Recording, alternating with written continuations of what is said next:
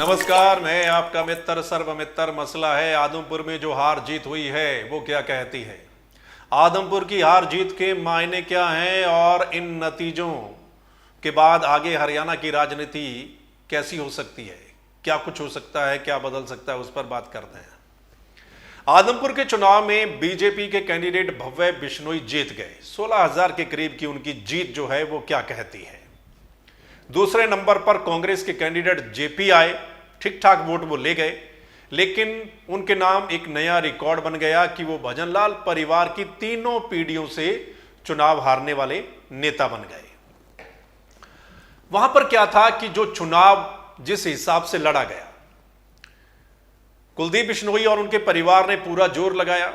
हालांकि बीजेपी ने पहले जोर नहीं लगाया, लेकिन आखिर के 2-3 दिनों में उन्होंने पूरा जोर लगाया। सीएम खुद वहां जनसभा करने के लिए पहुंचे और चर्चा है कि उन्होंने वहां पर क्लास लगाई कि जो चुनाव है वो नीचे कैसे आ रहा है, मार्जिन जो है वो कम कैसे आ रहा है। सो वो क्लास लगाई, जोर लगाया बीजेपी ने और आखिरकार बीजेपी जीत गई। लेकिन जीत का मार्जिन जितना लग रहा था या जितना बताया जा रहा था उतना वो नहीं आया है। आपको भी पता है कि भव्य बिश्नोई इस बार BJP plus JJP plus Bhajanlal परिवार के कैंडिडेट थे। पिछली बार ये तीनों अलग अलग चुनाव लड़ रहे थे, एक दूसरे के सामने चुनाव लड़ रहे थे, लेकिन इस बार तीनों मिलकर चुनाव लड़ रहे थे और उसी को लेकर ही कहा जा रहा था कि जीत बड़ी होगी, मार्जिन बहुत बड़ा होगा। और आपको याद होगा कि कुलदीप बिश्नोई ने खुद कहा था कि 35,000 के कम की जीत को वो जीत नहीं मानेंगे। पिछली बार वो खुद 29,000 के करीब वोटों से जीते थे वहां से, जो मेन चुनाव हुआ था पिछली बार 2019 में। लेकिन इस बार वो जीत कहां तक आ गई, 16,000 तक, जब उनका परिवार बीजेपी प्लस जेजेपी सब मिलकर चुनाव लड़ रहे थे। अगली बात है वो ये कि कांग्रेस की गुटबाजी एक बार फिर दिखाई दी। पिछले कुछ चुनावों को देखें तो कांग्रेस की गुटबाजी हर चुनाव में दिखाई देती है। मतलब तमाम जो उनके बड़े लीडर हैं वो प्रचार करने नहीं पहुंचते, और यहां पर भी ऐसा हुआ कि यहां पर कुमारी शैलजा प्रचार करने नहीं पहुंची, किरण चौधरी प्रचार करने नहीं पहुंची, सुरजेवाला प्रचार करने नहीं पहुंचे। किरण चौधरी उन दिनों अपने प्रोग्राम अलग से कर रही थी, लेकिन वहां प्रचार करने नहीं पहुंची। कुमारी शैलजा हिसार पहुंचती है प्रचार के दिनों में, लेकिन प्रचार करने नहीं पहुंची। सुरजेवाला नहीं पहुंचे। वजह है गुटबाजी, और जिसका नुकसान भी कांग्रेस को उठाना पड़ता है। अगली बात जो है वो है आम आदमी पार्टी। जब चुनाव डिक्लेयर हुआ तो ऐसा लग रहा था कि आम आदमी पार्टी भी कुछ करिश्मा कर सकती है। दिल्ली के मुख्यमंत्री, पंजाब के मुख्यमंत्री वहां पहुंचते हैं, आपको पता है रोड शो किया जाता है, यानी कि शुरुआत आम आदमी पार्टी की ओर से धमाकेदार की गई। लेकिन धीरे धीरे धीरे धीरे वो डाउन होते चले गए। खाली पंजाब की जीत के सहारे हरियाणा में कुछ नहीं हो सकता। हरियाणा की आबो हवा कुछ और है, इसलिए आम आदमी पार्टी को फिर से विचार करना होगा।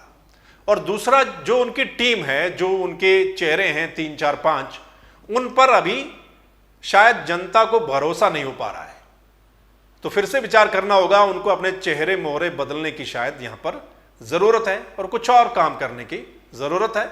खाली पंजाब के सहारे नैया पार नहीं होने वाली है। आईएनएलडी की बात करते हैं।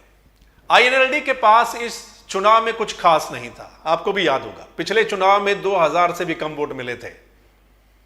इस बार कुछ खास नहीं था। आईएनएलडी तो सोच रही थी कैंडिडेट किसको उतारे ना उतारे, क्या कुछ होगा। एकाएक उनको नंबरदार साहब मिल गए, कुर्राराम नंबरदार जी। वो कांग्रेस में टिकट के दावेदार थे, वहां से बात नहीं बनी, पार्टी छोड़ी और साथ के साथ आईएनएलडी ने उनके गले में हाथ डाल दिया। आईएनएलडी को लगता था कि पिछली बार से तो ज्यादा वोट ले ही जाएंगे, और यही हुआ कि वो मतलब एक बड़े गांव से बिलोंग करते थे और उस हिसाब से उनको वो वोट आ गए। लेकिन कांग्रेस के उम्मीदवार को छोड़कर बाकी सभी की जमानत वहां पर जब्त हो गई। जितने भी उम्मीदवार थे, वो चाहे आईएनएलडी, आप जितने भी थे, बाकी इंडिपेंडेंट वगैरह, सभी की जमानत जब्त हो गई। अब ये तो था चुनाव। अब आते हैं कि इन नतीजों के बाद आगे क्या कुछ होगा। 2024 का काउंटडाउन वो शुरू हो जाएगा। 2024 का जो लोकसभा का चुनाव है, जो आगे विधानसभा का चुनाव है, उसको लेकर बीजेपी जोश में है। इस चुनाव के बाद, नतीजों के बाद बीजेपी को लगता है कि उनमें एक नंबर और बढ़ गया, यानी कि 40 से वो 41 हो गए हैं और कुलदीप बिश्नोई का उनको साथ मिल गया है और आगे उनको हरियाणा में इसका फायदा हो सकता है ना। वहीं बात करें कांग्रेस की, तो कांग्रेस इस चुनाव को उनको लगता है कि गढ़ में वो अच्छे खासे वोट ले गए हैं और अब उनको लगता है कि जो अगला चुनाव है वो बीजेपी वर्सेस कांग्रेस होगा, ना कि कुछ अदर्स। अब उनको लगता है कि वो मेन खिलाड़ी हैं, मेन कॉन्टेस्ट में हैं, यानी दो पार्टियों के बीच में मुकाबला होगा, ऐसा उनको लगता है। बाकी अगर गुटबाजी को दूर करने पर ध्यान नहीं दिया गया तो कांग्रेस को नुकसान होता रहेगा। अगली बात जो है वो ये कि बीजेपी को एक तो कैंडिडेट उनका बढ़ गया है, अब बीजेपी को जेजेपी का भी साथ है और निर्दलियों का भी साथ है। यहां पर एक निर्दलीय बलराज कुंडू के अलावा बाकी सभी बीजेपी को सपोर्ट कर रहे हैं, जेजेपी उनको सपोर्ट कर रही है, तो मतलब ठीक ठाक तरीके से उनकी सरकार चलेगी। लेकिन जेजेपी को थोड़ा डर हो सकता है कुलदीप बिश्नोई का बीजेपी को साथ मिलने से या एक और बीजेपी का विधायक बढ़ने से। जेजेपी को थोड़ा डर हो सकता है कि कहीं उनकी वैल्यू कम ना हो जाए। वहीं आईएनएलडी को फिर से विचार करना होगा कि अगर उनको आगे कॉन्टेस्ट में बने रहना है तो फिर उसके लिए क्या करना होगा, क्या कुछ बदलाव आगे करने होंगे। और आम आदमी पार्टी के ये चुनाव थोड़ा टर्निंग पॉइंट हो सकता था कि वो आगे कॉन्टेस्ट में बने रहें, लेकिन इस चुनाव के नतीजों से पता चल गया है कि आम आदमी पार्टी के लिए फिलहाल हरियाणा में कुछ खास नहीं है। हालांकि वो आगे क्या बदलाव करते हैं, क्या उनकी रणनीति रहती है, वो खैर डिपेंड करता है। ऐसा लग रहा था कि आईएनएलडी की बजाय जो आम आदमी पार्टी है वो तीसरे नंबर पर यहां पर आ जाएगी, लेकिन ऐसा हुआ नहीं है।